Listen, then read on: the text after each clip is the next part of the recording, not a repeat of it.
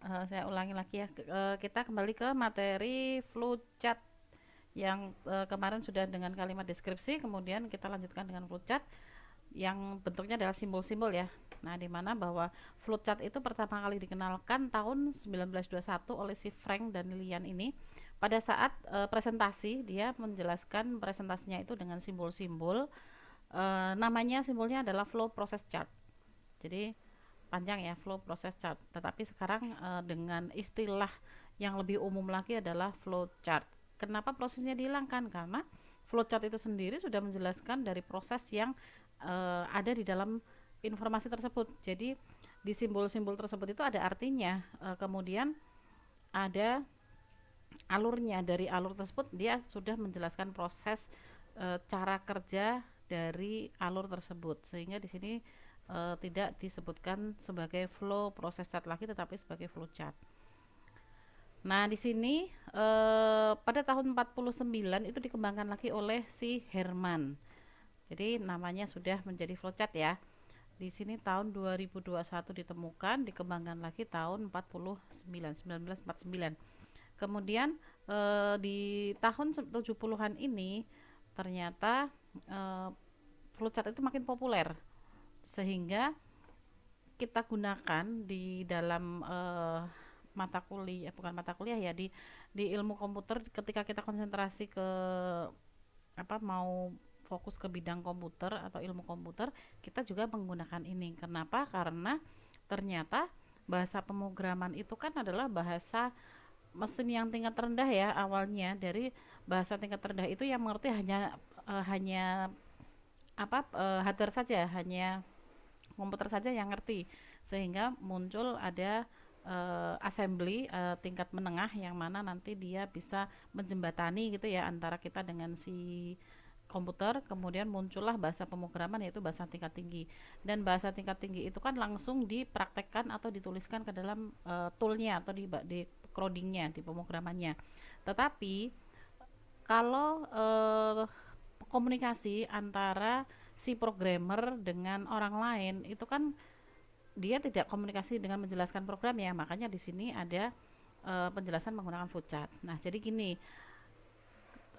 kenapa sih kita harus belajar seperti ini, belajar tentang flowchart, deskripsi dan seterusnya. Jadi kita melihat ke depan. Jadi teman-teman itu kan anak S1 ya. Anak S1 itu yang nantinya kalau misalkan bekerja sesuai dengan bidang ilmunya, nanti diarahkan ketika lulus dari Amikom ini untuk lulus menjadi seorang analis sistem ya, yang menganalisa. Kalau yang menganalisa itu seperti apa sih tugasnya? Ya menganalisa dari sebuah masalah. Misalkan ada klien nih, Mas tolong dong, saya butuh ini, butuh sistem yang seperti apa Pak, saya nggak ngerti. Nah, itu kita bisa mentranslate-nya ke dalam bahasa mereka, yang mana itu adalah user biasa, yang mana orang tersebut, user tersebut itu adalah orang yang tidak paham dengan IT.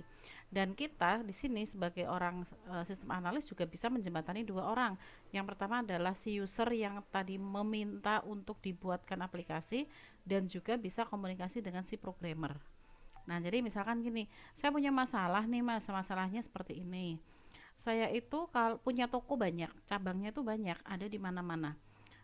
Tetapi saya tuh repot sekali kalau misalkan mau melihat apa namanya laporannya. Laporannya itu harus datang ke masing-masing cabang. Itu kan kadang saya nggak sempat karena saya orang sibuk dan seterusnya lah, alasan yang macam-macam ya. Intinya dia itu punya masalah dengan pengecekan mungkin transaksi harian atau mungkin barang yang tersedia itu masih ada apa saja, itu dia akan mengalami kesulitan di masing-masing cabang perusahaan tersebut atau cabang supermarket tersebut. Nah, dengan seperti itu si analis, kita sebagai seorang analis harus bisa mencerna, oh ternyata dia punya masalah untuk apa. Berarti kita harus langsung mendefinisikan, berarti dia tuh butuh sebuah sistem yang seperti apa sih? Ya berarti sistem yang apa ya, terdistribusi. Sistemnya itu bisa diakses dari rumah, yang mana dia juga bisa mengecek di cabang-cabang yang lain yang mungkin dia miliki, atau mungkin ketika nanti dia akan membuka cabang lain, dia juga akan bisa melihat atau mengecek dari sistem tersebut. Nah, itu berarti teman-teman sebagai seorang analis nanti akan menjabarkannya dengan kalimat deskripsi dulu, akan dijelaskan dulu dengan bahasa Indonesia kan. Oh maksudnya seperti ini bukan Pak, misalkan ini nanti si Bapak sebagai hak tertinggi aksesnya bisa ngecek semua transaksi harian, bulanan, dan bahkan bisa ngecek stok yang ada di masing-masing cabang. Kemudian ada akses kedua yaitu misalkan keuangan atau mungkin kasir dari masing-masing cabang. Nah, itu kan dideskripsikan dengan kalimat kita atau dengan bahasa kita ya. Yang mana biar nanti si user atau bapaknya itu tadi bisa paham. Oh iya, Mas, maksudnya seperti itu. Oke, fix, sudah ketemu ya. Masalahnya sudah kepegang, analisisnya sudah jalan. Kemudian kita sebagai seorang analis kan kalau di dunia kerja codingnya orang lain ya, bukan kita sendiri. Kalau kita di tempat masih belajar seperti ini memang semuanya harus bisa, semua kita lakukan sendiri. Nah, ketika kita sebagai seorang analis nanti si program yang tadi sudah akan dipesan si user, yang mana tadi masalahnya sudah ditemukan, prosesnya sudah saling dipahami atau satu frekuensi, kemudian sudah disetujui, maka si analis juga akan ngobrol ke programmer. Ngobrolnya gimana? Bisa ditranslate ke dalam flowchart. Flowchartnya seperti ini, Mas. Jadi pokoknya alurnya si Bapak ini adalah pemilik utama. Dia bisa A, B, C, D, E. Kemudian selain pemilik utama, dia juga punya orang kepercayaan. Namanya adalah si orang keuangan. Dia bisa mengecek keuangan seluruh cabang misalkan. Kemudian masing-masing cabang orang ini tadi juga mempunyai orang kepercayaan, yaitu ada manajer lapangan masing-masing cabang dan ada keuangan masing-masing cabang. Nah, jadi itu digambarkan dengan flowchart bahwa si tertinggi tadi si bapaknya tadi yang punya itu berarti dia bisa ngapain saja. Dari flowchart itu dia bisa arahnya kemana, kemudian orang-orang tadi juga bisa arahnya kemana. Nah, itu nanti akan diceritakan ke orang atau sebagai programmernya. Dari seorang programmer itu nanti akan menangkap dan si programmer nanti juga akan membahasakan ke pseudocode dulu. Kemudian setelah pseudocode sudah paham artinya seperti ini, dikomunikasikan lagi dengan si analis atau si kita tadi yang sebagai orang yang diminta untuk membuatkan program, maka kalau sudah sefrekuensi lagi nih, sudah setuju sepakat antara programmer dengan si analis, maka nanti tinggal si programmer nanti akan mengkodingkan, akan membuatkan program yang dimaksud oleh si user tadi gitu. Jadi kurang lebih urutannya seperti itu. Nah, di sini untuk simbol-simbol flowchart sendiri itu sudah terstandarisasi. Di sini ada apa ya, badan ANSI atau ISO di sini untuk yang menstandarisasi ya. Jadi sudah ada proses standarnya. Ini proses standarisasinya dilakukan tahun 85. Nah, di sini artinya bahwa simbol-simbol yang akan nanti kita pakai itu juga sudah tersedia di sini. Artinya kita hanya pakai saja, hanya pakai yang sudah terstandarisasi. Jangan membuat simbol sendiri, karena kalau kita membuat simbol sendiri itu belum tentu orang lain paham karena belum terstandarisasi. Jadi kalau kita menggunakan simbol-simbol yang sudah terstandarisasi ini, siapapun orangnya, ketika kita berbicara siapapun itu berarti orang yang ada dalam lingkup ilmu kita ya, berarti ada programmer, tim analis, dan testing atau yang lainnya lah, pokoknya bidang ilmu yang ada di ilmu komputer itu pasti dia sudah paham. Karena apa? Karena ya memang simbolnya sudah distandarisasikan. Kecuali kalau teman-teman buat sendiri, pasti orang lain akan tanya, ini maksudnya gimana kan gitu.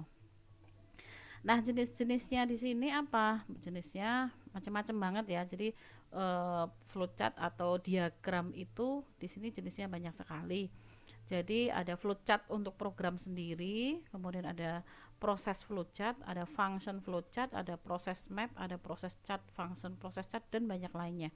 Jadi kalau yang untuk ke program itu bisa disebut dengan flowchart ya. Nanti kalau untuk ke sistem secara keseluruhan nanti sebutnya adalah flowchart sistem. Nanti simbol-simbolnya itu sudah ada semua, sudah terstandarisasi semua. Nah, di sini untuk flowchart juga masih digunakan juga di bidang ilmu kita ya sampai dengan saat ini. Kemudian ada lagi pengembangannya, ada lagi bukan pengembangan ya, tapi ada yang lebih modern lagi di sini namanya adalah UML. UML itu Uniform Modeling Language, yang mana ini nanti akan menggambarkan aktivitas diagram, tetapi ini dilakukan atau dipakai atau digunakan ketika kita akan membangun sebuah aplikasi yang mana aplikasi tersebut bahasanya adalah sudah bahasa OOP atau Object Oriented Programming. Kalau misalkan belum, ini nggak cocok. Tapi kalau flowchart itu mau OOP mau terstruktur itu cocok. Karena apa? Karena dia hanya menggambarkan alurnya saja, nanti prosesnya kemana saja dan seterusnya. Tapi kalau untuk UML activity diagram itu dia lebih rinci lagi nanti ada aktivitasnya di dalam satu lembar atau satu form itu aktivitasnya ngapain saja, yang harus dikerjakan apa saja, kemudian dia bisa diolah data seperti apa itu juga akan dijelaskan di sini lebih detail. Nah, kalau misalkan yang terstruktur itu biasanya menggunakan DFD, Data Flow Diagram. Itu kalau misalkan kita mau membangun sebuah aplikasinya yang terstruktur. Nah, bedanya apa terstruktur dengan yang yang OOP? Kalau yang OOP itu contoh yang paling sederhana adalah program yang kita pakai itu dia sudah mengenali kelas. Ada kelas, dari sifat kelas itu ada public, private dan seterusnya. Tapi kalau yang terstruktur itu tidak menggunakan kelas, nggak sampai dengan kelas. Nah, untuk penjelasan UML, DFD itu nanti akan dijelaskan di mata kuliah yang lain, yaitu di mata kuliah ada kalau nggak salah SIM sampai dengan ANSI ya, dua mata kuliah itu nanti di semester atas, di semester 3-4 kalau nggak salah. Jadi kita fokus ke flowchart dulu. Nah, di sini flowchart itu adalah gambar yang memperlihatkan hubungan antar proses ya. Jadi gambar ini nanti akan dinyatakan dalam simbol. Simbolnya apa? Simbolnya nanti akan saya jelaskan. Itu tentunya adalah simbol yang sudah dipatenkan ya, sudah distandarisasikan. Jadi dengan simbol tersebut itu dia akan menjelaskan proses tertentu, karena simbolnya itu sendiri sudah ada keterangannya, sudah dari jenis simbolnya itu dia sudah apa ya, sudah menjelaskan bahwa simbol ini tuh artinya apa, dia punya arti sendiri-sendiri. Tinggal nanti dari simbol itu apa yang nanti akan diproses akan dari flowchart tersebut. Nah, di sini untuk proses penghubung antara simbol satu dengan simbol yang lain, yaitu dengan garis, ada panahnya ya, jadi dengan garis penghubung. Kemudian di sini untuk merepresentasikan dari algoritma itu bentuknya adalah diagram ya UML ini. Kemudian penggambaran secara grafik dari langkah-langkah urutan prosedur dari suatu program, karena program itu kan berupa teks ya, kita ngetik teks by teks, kemudian ini digambarkan secara grafik dengan urutan langkah dan prosedur. Nah, jadi ini flowchart ini adalah flowchart atau diagram yang sangat membantu oleh si programmer, karena untuk memecahkan masalah itu kan harus ada alurnya. Kalau misalkan dengan coding nanti terpecah konsentrasinya. Kenapa? Karena kan coding ketika error nanti jadi lupa prosesnya seperti apa. Tapi kalau sudah tergambarkan seperti ini dengan flowchart, nanti dia bisa dijadikan sebagai panduan sebelum dia implementasi ke coding atau program. Nah, sedangkan untuk pedoman membuat flowchart, yang pertama, flowchart itu digambar dari atas ke bawah atau dari kiri ke kanan. Jadi ada urutannya, mau atas ke bawah, kiri kanan itu nggak masalah. Yang penting tanda penghubungnya itu jelas, arah panahnya itu jelas kemana. Aktivitas yang digambarkan harus didefinisikan secara hati-hati dan mudah dimengerti oleh pembaca. Jadi karena simbolnya itu sudah ada artinya, maka di sini kita juga harus hati-hati, jangan-jangan persepsi antara kita dengan simbolnya berbeda, itu nanti membuat bingung si programmer untuk membacanya. Kemudian di sini juga untuk kapan mulai dan berhentinya itu sudah jelas, berhenti mulai flowchartnya dan berhenti dari flowchartnya, dari proses flowchartnya itu nanti juga sudah ada, jadi harus jelas. Kemudian di sini untuk langkah dari aktivitas itu juga harus diuraikan menggunakan deskripsi kata kerja. Jadi nanti deskripsinya itu ada di dalam simbol-simbol tersebut. Simbol itu nanti di dalamnya kita berikan sendiri deskripsinya sesuai dengan kebutuhan kita akan membuat flowchart tentang apa. Dan setiap langkah dari aktivitas harus berada pada urutan yang benar. Jadi nggak boleh loncat-loncat. Pokoknya Kalau loncat gimana? Pokoknya ada tanda hubungnya. Jadi arahnya itu paham. Arah panahnya itu jelas harus lari kemana. Aktivitasnya kemana itu harus jelas ya di situ. Kemudian tidak ambigu. Jadi namanya flowchart bukan hanya flowchart ya. Jadi kita itu di sini belajar tentang pemrograman algoritma itu adalah ilmu pasti. Jadi tidak boleh ragu-ragu. Misalkan benar-benar salah, salah, nggak boleh setengah-setengah. Nah, di sini simbolnya sebaiknya digunakan yang sudah terstandarisasi, tidak boleh menggunakan simbol sendiri karena nanti orang lain tidak bisa membaca. Kalau yang sudah terstandarisasi ini kan sudah ISO ya, jadi bisa digunakan karena semuanya pastinya tahu artinya.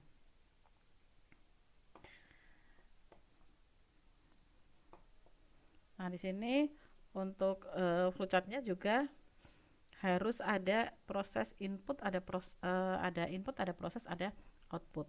Ada startnya, ada endnya, atau ada awalnya, ada akhirnya. Nah, di tengah-tengah itu juga ada prosesnya. Jadi sebelum proses di sini juga ada input dan juga ada outputnya. Nah, ini simbol yang sering digunakan dan sebenarnya simbolnya ada banyak sekali, tapi yang umum dan sering dipakai simbolnya ada ini. Yang pertama di sini ada untuk input. Ini di sini untuk input, bisa bisa output ya. Ini simbolnya kayak gini. Ini input atau output. Jadi input dan output itu simbolnya sama. Tinggal nanti kita tahu kapan input, kapan output itu dari arusnya, dari data flow-nya, dari posisinya dia di mana, urut-urutannya seperti apa. Nanti akan kelihatan input atau output. Nah, ini untuk mulai dan selesai. Kemudian di sini ada data flow. Data flow itu digunakan untuk penghubung dari proses satu ke proses yang lain. Kemudian ini ada prosesnya itu bisa berisi rumus, logika atau metode yang lain di sini diisikan di dalam proses. Kemudian decision di sini untuk pengambilan keputusan. Pengambilan keputusan berarti dia ada pilihan, mau pilih ya atau tidak, atau milih kanan atau kiri dan seterusnya. Simbolnya seperti ini. Kemudian ada dokumen. Dokumen di sini ya dokumen, berarti dokumen itu bisa laporan juga, bisa inputan juga. Kemudian ini penyimpanan, storage ya. Ini direct data juga, penyimpanan data juga. Di sini untuk menginputkan data, ini ada input manual. Kemudian di sini ada internal storage, berarti misalkan data itu akan disimpan ke dalam internal storage, simbolnya seperti ini. Kemudian ada ini mirip ya, mirip dengan yang ini. Ini predefined proses. Jadi ada proses yang ada di dalamnya, itu ada prosesnya lagi. Kemudian di sini ada sequential access storage. Jadi misalkan mau menghubungkan, misalkan nggak cukup nih mau dihubungkan ke halaman berikutnya atau mungkin di sebelahnya, itu menggunakan ini. Jadi untuk mengakses dari flowchart sebelumnya ke flowchart yang selanjutnya. Nah, di sini untuk simbol-simbolnya di sini ada flowchart direction simbol. Jadi untuk penghubung, kemudian ada proses di sini untuk memproses atau meletakkan algoritma atau metodenya di situ. Kemudian ada input dan output untuk masukan dan keluaran. Nah, ini untuk terminatornya. Jadi untuk memulai start dan end-nya gunakan simbol seperti ini. Nah, ini prosesnya berupa persegi panjang. Jadi nanti di sini kalau misalkan kita akan menghitung menggunakan rumus, berarti rumusnya berada di sini. Proses perhitungan rumusnya diletakkan di sini. Kemudian input outputnya ini. Misalkan dari rumus itu kita butuh inputan atau butuh masukan, maka diletakkan di sini di atas. Kalau misalkan butuh output atau hasil yang tadi sudah diproses mau dikeluarkan, maka bisa dengan simbol seperti ini juga, tapi letaknya di bawah. Nah, ini untuk menggambarkan pilihan atau kita boleh memilih. Misalkan ini kan ada 4 ini ya, 4 siku. Jadi ini mau milihnya kemana? Mau misalkan ya ke kiri, tidak ke bawah atau yang lainnya. Jadi boleh, ini adalah untuk pilihan ya atau tidak, atau bertipe boolean true false itu ya. Kalau true nanti prosesnya kemana arahnya, kalau false arahnya kemana. Kemudian di sini ada preparation, di sini untuk digunakan inisialisasi. Misalkan Inisialisasi itu pemberian nilai awal atau pendefinisian awal ya. Jadi didefinisikan dulu sebelum diproses, ini menggunakan simbol ini. Preparation atau segi 6. Di sini ada segi 4 khusus. Nah, di sini digunakan untuk pemanggilan proses yang telah didefinisikan. Jadi bisa fungsi, bisa prosedur, bisa yang lainnya. Ini simbolnya seperti ini. Jadi kita akan memanggil fungsi atau prosedur dengan simbol ini. Ini konektor, atau misalkan nggak cukup tadi, misalkan di halaman 1 nggak cukup, nanti akan kembali dilanjutkan ke halaman 2, maka di sini dikasihkan simbol. Oh, 1 berarti dia nanti pada sambungannya juga dikasihkan simbol 1. Biar nanti antara 1 dengan 1 itu cocok nyambung, bukan 1 terus 2, nanti nggak ada sambungannya. Kemudian ini untuk menghubungkan yang halaman beda. Kalau ini halamannya sama, satu halaman misalkan satu sisi di sini sebelah kiri nggak cukup, nanti diletakkan di sebelah kanan. Tapi kalau yang ini nanti nyambungnya ke beda halaman, misalkan halaman 1 halaman 2 sama, nanti konektornya 1 dengan 1, berarti halaman 1 nggak cukup, nanti bacanya langsung halaman 2 gitu. Nah, di sini untuk struktur dari flowchartnya yang pertama ada sequence, kemudian ada seleksi, ada iterasi. Jadi ada runtunan, ada pemilihan, juga ada pengulangan.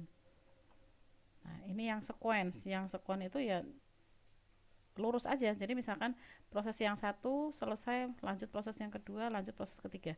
Atau dari kiri ke kanan, berarti tinggal digeser aja di sini. Kalau misalkan mau dari kiri berarti gini, kiri ke proses 1, kemudian kalau sudah ke proses 2, kemudian kalau sudah ke proses 3. Jadi mau dari kiri boleh, dari kanan juga boleh, berarti tinggal panahnya aja yang yang menggambarkan prosesnya dia kemana, itu dari penghubung panahnya. Nah, gini gitu. Jadi ini adalah bentuk yang sequence atau yang lurus saja ya, nggak ada simbol-simbol yang lain. Jadi prosesnya langsung runtun dari atas ke bawah, dari kiri kanan, dan seterusnya. Nah, ini yang seleksi atau ada instruksi pemilihan. Misalkan di sini ada contohnya. Di sini misalkan ada A tambah B. Ini ya, sama dengan C. Di sini misalkan jika C tidak sama dengan 0, jika tidak sama dengan 0 maka true, dia ke sini larinya. Tapi kalau misalkan di sini sama dengan 0 maka larinya ke false. Misalkan di sini 5 tambah 2. Berarti C-nya berapa nih? 7 kan? 7. Di sini 7. 7 tidak sama dengan 0? Iya, kalau iya maka dia ke sini. Maka cetak misalkan. Nah, misalkan ada lagi nih 0 ditambah 0. Hasilnya berapa? 0 juga kan? Berarti di sini 0. 0 tidak sama dengan 0? Tidak, 0 sama dengan 0, maka dia ke false sini, maka ulang misalkan. Jadi di sini ada proses pemilihan atau ya seleksi atau pemilihan yang mana nanti benar atau salah. Kalau misalkan benar, dia larinya kemana, kalau salah dia larinya kemana, maka di sini disebutkan sebagai seleksi untuk prosesnya nanti kemana, benar salahnya. Kemudian kalau sudah ketemu benar atau salahnya, dia ketemu di sini, penghubungnya di sini. Berarti ngapain di sini? Misalkan di sini sudah ketemu, kemudian ada simbol seperti ini, di sini cetak atau apalah misalkan. Berarti di sini akan dicetak biarpun jawaban dari preparasi ini true atau false. Kemudian ini ada juga iterasi itu ada proses mengulang ya, berarti ada yang perlu diulang lagi. Kalau tadi misalkan jawabannya tidak atau iya, ya langsung bablas gitu ya, langsung ke proses selanjutnya. Tapi kalau ini ada iterasinya. Kalau misalkan dia jawabannya false, mungkin dia akan langsung keluar atau exit ya. Tapi kalau misalkan dia di sini jawabannya true, maka dia akan ulang lagi, akan melalui proses percabangan lagi di sini, di proses seleksi lagi di sini. Terus selanjutnya yang ini contoh nih. Misalkan kita akan menghitung luas lingkaran. Yang pertama di sini ini dengan kalimat deskripsi ya. Ini dengan kalimat deskripsi. Kalimat deskripsi. Ketika kita akan menghitung luas lingkaran, berarti algoritma dengan kalimat yang pertama apa? Berikan nilai pi. Karena di luas lingkaran itu kita membutuhkan pi ya, berarti kita menggunakan konstanta atau nilai ketetapan atau nilai yang sudah pasti nilainya, yaitu 3,14, tidak ada nilai yang lain. Kemudian diinputkan juga variabel jari-jari, berarti nanti kita butuh angka yang nanti tersimpan dalam variabel jari-jari. Kemudian di sini ada prosesnya. Prosesnya apa? Menghitung atau rumusnya. Kita jalankan rumusnya. Rumusnya apa? Luas sama dengan pi kali jari-jari kali jari-jari. Berarti cetak hasilnya yaitu luas. Nah, ini tadi kalimat deskripsinya, kemudian ini adalah bentuk flowchartnya. Nah, flowchartnya berarti kita mulai dulu. Mulai, kemudian di sini baca ya. Kenapa ada simbol seperti ini? Karena ini adalah pendeklarasian atau pengenalan dan pemberian nilai awal. Di sini untuk luas lingkaran kan harus diketahui dulu, harus ada pi-nya. Pi-nya kan sudah jelas, rumusnya kan sudah paten ya di sini bahwa pi itu 3,14. Kemudian ada variabel lain namanya jari-jari untuk menginputkan. Berarti di sini ada float pi sama dengan 3,14. Artinya di sini ada konstanta pi namanya, nilainya 3,14. Kemudian ada R dan luas. R itu untuk apa? R itu untuk variabel jari-jari yang digunakan untuk input. Kemudian luas ini yang digunakan untuk outputnya. Jadi harus didefinisikan di depan. Harus dideklarasikan dulu di atas. Nah, di sini kita butuhkan ada dua variabel, satu konstanta. Variabelnya ada R jari-jari, kemudian ada variabel outputnya luas, R-nya untuk variabel input, kemudian ini untuk nilai ketetapan atau konstantanya. Kemudian yang diinputkan tadi apa? Jari-jari kan atau R-nya, maka di sini disimbolkan seperti ini. Berarti simbol ini kan tadi sudah saya jelaskan adalah simbol input. Inputan tersebut apa yang akan diinputkan? Jari-jari. Jadi tidak perlu dituliskan input jari-jari karena apa? Simbol ini artinya sudah input. Di sini juga tidak perlu dituliskan deklarasi atau pemberian nilai konstanta pi, nggak perlu karena simbol ini sudah artinya adalah deklarasi atau pemberian nilai awal. Kemudian ternyata ini nggak cukup karena yang bawah kan halamannya habis ya, maka karena nggak cukup di sini ada connection dalam satu halaman karena sebelah kanan masih cukup, maka di koneksi ini saya tambahkan A, artinya nanti di awal gambar di sebelah kanannya juga harus ada connection A, berarti ini larinya bacanya adalah ke sini yang menggabung jadi satu. Kemudian baru prosesnya. Nah, simbol ini sudah bilang proses, jadi nggak usah tulis proses lagi, langsung dituliskan di proses itu untuk ngapain? Untuk mencari luas. Jadi luas sama dengan P kali R kali R. Setelah dituliskan rumusnya, tadi apa? Tampilkan kan ada cetak hasil luas. Nah, cetaknya di sini sama dengan simbol untuk input karena simbol ini dia simbolnya adalah artinya input dan output. Kalau input berarti di atasnya proses, berarti sebelum proses ini, tapi kalau output maka dia setelah proses baru dia akan digunakan. Maka tampilkan lingkaran luas atau cukup dituliskan luas, nanti otomatis dia akan menampilkan luasnya. Karena sudah selesai, sudah menampilkan luas seperti apa yang diminta. Di sini kan diminta untuk menghitung lingkaran ya. Berarti menghitung luas lingkaran. Maka di sini luasnya sudah dihitung, sudah dicetak, ya selesai. Di sini sekarang berarti sudah selesai, berhenti. Nah, kemudian contoh yang lain lagi. Ini contoh yang tadi sifatnya yang ini ya, yang lurus atau yang sequence. Nah, kemudian ini contoh yang kedua. Ini ada pilihan atau ada decision. Di sini ada ini iterasi. Ini yang seleksi atau decision lah ya. Mau diambil yang mana langkahnya. Oke, ini yang kedua contohnya, menentukan tahun kabisat. Tahun kabisat itu dia dikatakan tahun kabisat kalau tahunnya itu habis dibagi 4 ya. Jadi kalau misalkan dibagi 4 sisanya 0, maka dia adalah tahun kabisat. Nah, yang pertama yang dimasukkan apanya yang sebagai inputan, yang dijadikan sebagai inputan di situ adalah tahun. Ya, ini ada tahun. Kemudian ada prosesnya di sini. Bagi tahun tersebut dengan bilangan 4. Jika bilangan tersebut menghasilkan sisa pembagian 0, maka tahun tersebut termasuk kabisat. Jika bilangan tersebut tidak menghasilkan sisa pembagian 0, maka tahun tersebut bukan tahun kabisat. Nah, dengan kalimat ini mungkin masih agak panjang juga memikirkannya agak lama juga, sehingga lebih enak nanti diflucatkan.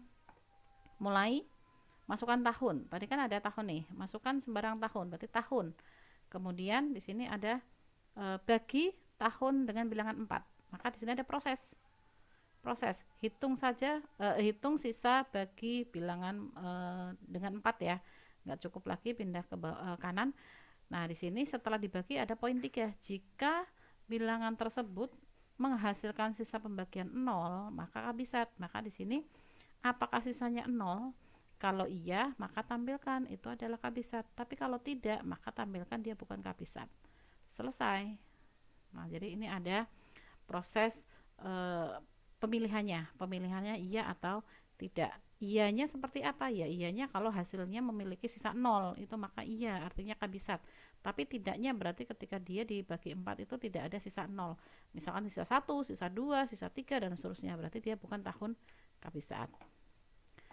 Kemudian untuk contoh yang selanjutnya yaitu yang ada ngulangnya ya di sini, yang iterasi atau ada prosesnya naik lagi atau dia melanjut lagi ke proses sebelumnya atau iterasi atau ngulang. Nah, di sini contohnya adalah menentukan bilangan terima atau bukan. Jadi yang pertama, kalau kita akan mencari bilangan prima atau bukan, yaitu yang pertama kita butuh variabel, yaitu variabel faktor sama dengan 0, bilangan, dan A. Jadi ada 3 variabel ya. Ada variabel A, ada variabel bilangan, ada variabel faktor. Faktor di sini dia diberikan nilai awal 0. Kemudian masukkan bilangan bulat positif ke dalam bilangan. Jadi kita butuh inputan angka positif yang nanti akan menginputkan atau yang akan tersimpan dalam variabel bilangan. Kemudian proses loopingnya dari A sama dengan 1. Jadi proses di iterasinya A itu dimulai dari 1 sampai dengan angka yang tersimpan dalam bilangan yang tadi sudah diinputkan. Jika bilangan modulus A sama dengan 0, tambahkan 1 ke dalam nilai variabel faktor. Nah, faktor di sini memang sudah diberikan nilai 0 ya, tetapi ini bukan konstanta karena ini hanya nilai awal. Berarti artinya faktor ini nantinya itu bisa berubah, tidak hanya 0 terus. Tapi kalau konstanta seperti pi yang tadi, mana tadi? Nah, ini ada konstanta pi, itu berarti dia adalah nilai ketetapan. Jadi tidak akan berubah-ubah nilainya. Tapi kalau ini dia hanya variabel biasa, tetapi variabel yang pertama kali sebelum dipakai dia diberikan nilai 0, sehingga nanti akan berubah nilai jika poin 4 ini diselesaikan. Yang mana jika bilangan di mode A sama dengan 0, maka tambahkan 1 ke dalam nilai variabel faktor. Kemudian proses yang kelima yaitu kembali ke langkah 3 hingga kondisi tercapai semua. Langkah ketiga yang mana? Yang ini, proses looping, karena tadi kan kita mulainya dari 1. Kalau misalkan bilangan yang diinputkan itu tadi ada 5, misalkan ini diinputkan 5 ya di bilangan, berarti prosesnya di sini proses 4 ini sudah dikerjakan 1, dia akan mengulangi lagi ke proses kelima, kemudian mengulangi lagi ke proses 3. Kenapa sampai 3 di proses ketiga lagi? Karena apa? Karena bilangan ini kan tadi diinputkan 5, baru selesai di proses 1.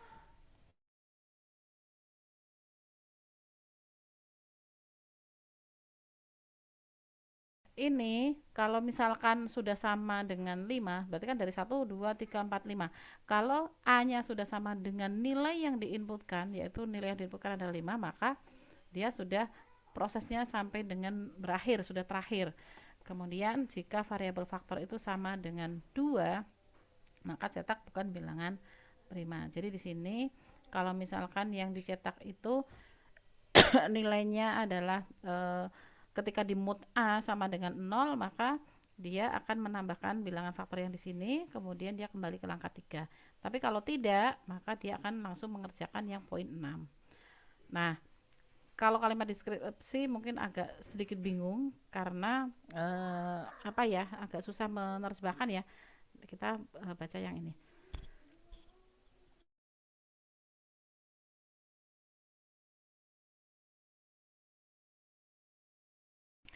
Oke, flowchartnya ini. Yang pertama, start. Kemudian di sini ada pembacaan dan pemberian nilai awal ya. Ada variabel faktor sama dengan 0. Kemudian ada bilangan, ada A. Kemudian inputkan bilangan. Nah, di sini ada A sama dengan 1. Berarti ini mulai pemberian nilai awal untuk dia nanti akan dilakukan ke proses selanjutnya ya. Karena ini kan akan dilakukan lagi ketika prosesnya sama dengan yang diinputkan. Kemudian ini nggak cukup, dia dikoneksikan ke 1, maka bacanya ke sini. Jadi setelah A sama dengan 1 itu dicek apakah bilangan jika di mood A itu sisanya 0. Kalau sisanya 0, maka dia berikan prosesnya apa? Faktor sama dengan faktor plus 1. Berarti ada penambahan nilai 1 ke dalam variabel faktor, yang mana faktor itu tadi nilainya adalah 0. Berarti 1 tambah 0, maka faktor yang pertama adalah angka 1. Kemudian di sini selanjutnya adalah di proses kedua, yaitu di proses setelah tidak. Di sini ada A sama dengan A plus 1. Kalau misalkan di sini jawabannya ya, ini dikerjakan dulu rumusnya, kemudian dikerjakan dulu rumus yang ini, kemudian ke bawah. Tetapi kalau di sini bilangan mood A sama dengannya tidak sama dengan 0, maka dia langsung lari ke sini prosesnya tanpa harus lari ke sini dulu. Jadi dia langsung lari ke sini, kemudian lanjut ke proses pemilihan yang kedua. Pemilihan yang kedua, jika A nilainya lebih kecil sama dengan bilangan, kalau iya, maka dia kembali ke proses sebelumnya. Kalau di sini iya lagi, maka dia ke kanan mengerjakan yang proses 1, lanjut mengerjakan proses 2. Tapi kalau misalkan di sini tidak iya atau tidak, maka dia ke bawah lagi. Tetapi kalau di proses yang pemilihan kedua itu A lebih kecil sama dengan bilangan itu nilainya tidak atau tidak sama atau tidak terpenuhi, maka dia lari ke proses selanjutnya, yaitu di sini nggak cukup kedua, berarti larinya ke sini. Berarti langsung ada percabangan lagi di sini, ada pemilihan lagi. Faktor sama dengan 2. Nah, faktor itu nilainya sama dengan 2 atau tidak? Kalau sama dengan 2, maka cetak di sini bukan bilangan prima. Tapi kalau faktor itu tidak sama dengan 2, maka di sini cetak bilangan prima. Selesai. Nah, ini proses mengulangnya di sini. Ini akan terus dikerjakan sampai dengan ya selesai. Nilai yang diinputkan tadi ada berapa, itu akan dikerjakannya di situ proses pengulangannya. Nah, ini untuk contoh yang ada iterasinya ya. Nah, di sini ada ringkasannya bahwa yang pertama, flowchart itu terdiri dari simbol-simbol standar yang digambarkan secara berurutan. Artinya simbol berstandar itu karena sudah di ISO-kan atau sudah ya memang sudah distandarisasikan ya. Jadi kita lingkungan kita yang di dunia informatika atau ilmu komputer itu sudah tahu apa itu artinya, dan itu harus dipakai sesuai dengan yang sudah distandarkan. Kemudian yang poin kedua, secara umum flowchart ini terdiri dari 3 bagian utama, yaitu input, proses, output. Ada inputnya, ada prosesnya, ada outputnya. Nah, contohnya yang mana? Ini ada inputnya, ini ada input, prosesnya dari sini. Dari sini sampai dengan sini. Nah, sampai dengan ini. Outputnya yang mana? Ini. Ya, jadi prosesnya nanti akan panjang. Tentunya kalau sudah ada input, ada proses, ada output, input dan output keluarnya berbeda. Yang diinputkan nilai, yang keluar adalah bilangan prima. Tapi kalau input tanpa ada proses, jadi langsung input output, nanti keluarnya sama karena di sini nggak ada prosesnya. Prosesnya kan tadi adalah pencarian bilangan prima. Jadi di proses inilah yang nanti akan menghasilkan output yang berbeda dari inputnya. Kalau input sama output itu sama, ngapain dibuat sebuah flowchart ya? Oh, sama kok. Sama halnya kita makan nih. Makan yang dimasukkan ke mulut itu adalah nasi. Prosesnya panjang lebar juga kan, mulai dari masuk mulut itu ditelan, kemudian masuk ke lambung, kemudian diproses, kemudian nanti akan keluar outputnya adalah menjadi dua ya, outputnya adalah buang air kecil dan buang air besar. Nah itu kan input sama output sudah berbeda. Kalau inputnya tadi nasi sama rendang sama air putih, keluarnya juga sama, berarti tidak ada prosesnya di sini ya. Sama halnya kita masak nasi, kita pertama inputnya adalah beras sama air ya, kemudian diproses menggunakan rice cooker, kemudian nanti hasil outputnya adalah nasi. Nah prosesnya itu kan ada proses pemanasan listrik itu tadi. Oke, mungkin ini dari saya. Ada yang ditanyakan dulu sampai sini? Izin bertanya, Bu. Ibu. Izin bertanya, Bu.